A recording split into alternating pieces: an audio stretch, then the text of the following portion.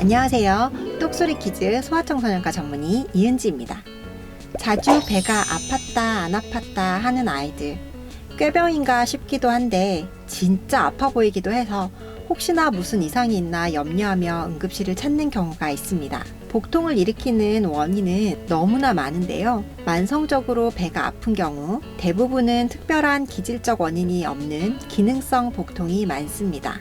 신체 진찰이나 검사에서 별다른 이상이 없고 그럭저럭 잘 먹고 잘 싸고 잘 크는데도 2개월 이상 자주 또는 지속적으로 배를 아파하는 아이들에서 기능성 복통을 의심합니다.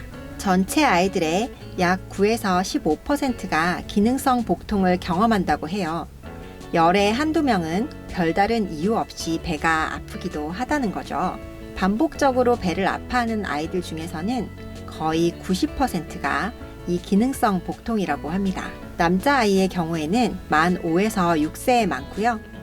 여자아이의 경우에는 만 5에서 6세와 만 9에서 10세에 가장 많습니다. 초등학교 입학 전후나 중학교 입학 전후의 나이가 되겠네요. 원인은 잘 알 수 없는데 어떤 자극에 대해서 내장이 과민 반응을 보이는 것이 아닌가 생각됩니다. 스트레스나 불안, 걱정에 의해서 유발되는 경우도 많습니다.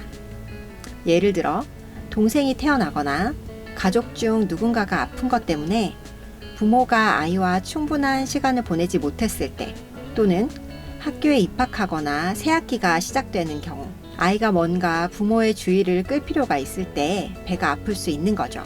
그렇다고 해서 아예 꾀병인 것은 아닙니다. 진짜 통증은 있거든요.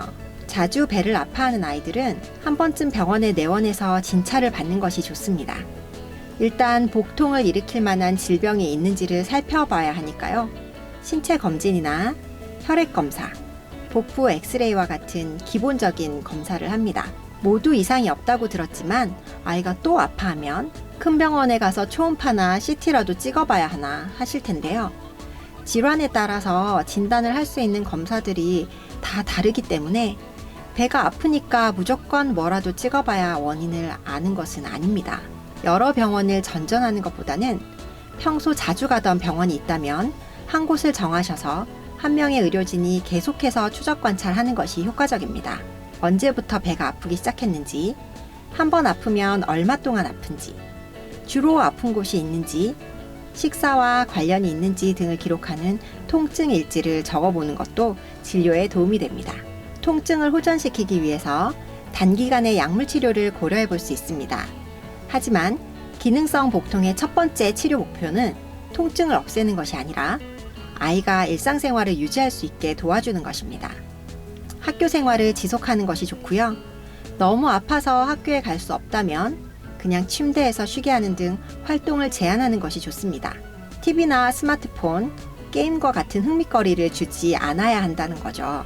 아이가 정말 아프지만 특별히 위중한 병이 없다는 것을 알려주세요. 아이의 통증에 공감해주고 지지해주고 안심을 시키는 것이 중요합니다. 그렇지만 과도하게 주의를 기울이는 것은 피해야 합니다. 보호자가 아이의 통증에 대해 지속적으로 걱정하고 자꾸 묻거나 강조하는 반응을 보이면 더 불안해져서 더 아파지기도 하거든요. 아픈 증상 대신에 아이의 정상적인 활동에 더 관심을 기울여 주세요. 아이가 유치원이나 학교 생활에서 혹시 불편한 것은 없었는지 알아보고 아이가 아픈 것에 몰두하지 않고 다른 활동을 할 수 있도록 관심을 분산시켜 볼 수도 있습니다. 혹시 부모가 아이와 충분한 시간을 보내지 못할 때는 아이가 아파할 때만 함께 시간을 보내는 것보다 매일 일정하게 아이에게만 전념하는 시간을 조금씩이라도 가지는 것이 더 좋습니다. 그러면 보호자의 주의를 끌고 싶은 아이의 욕구가 어느 정도 만족되고 결국 증상이 좋아질 수 있습니다.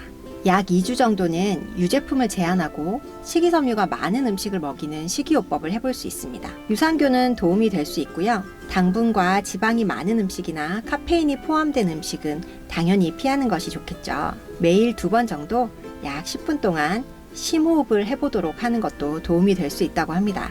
다만 아이의 복통이 기질적인 원인이 있을 가능성이 높은 경우를 알아둘 필요가 있습니다. 경고 증상 또는 빨간 깃발 징후라고 하는데요. 아이가 너무 아파서 잠에서 깰 정도의 통증이 있을 때 계속해서 배꼽에서 먼 부위, 그러니까 오른쪽 아래쪽이나 위쪽을 특히 아파할 때, 발열이나 심한 구토, 설사가 동반될 때, 소변을 보는 동안 아파하거나 혈뇨가 있을 때, 의도하지 않은 체중 감소가 있을 때, 이럴 때는 반드시 병원에서 다시 진찰을 하고 원인을 찾기 위한 검사를 받아야 합니다. 기능성 복통은 마음을 편하게 가지고 규칙적인 생활을 하면 어느새 없어질 수 있는 증상입니다.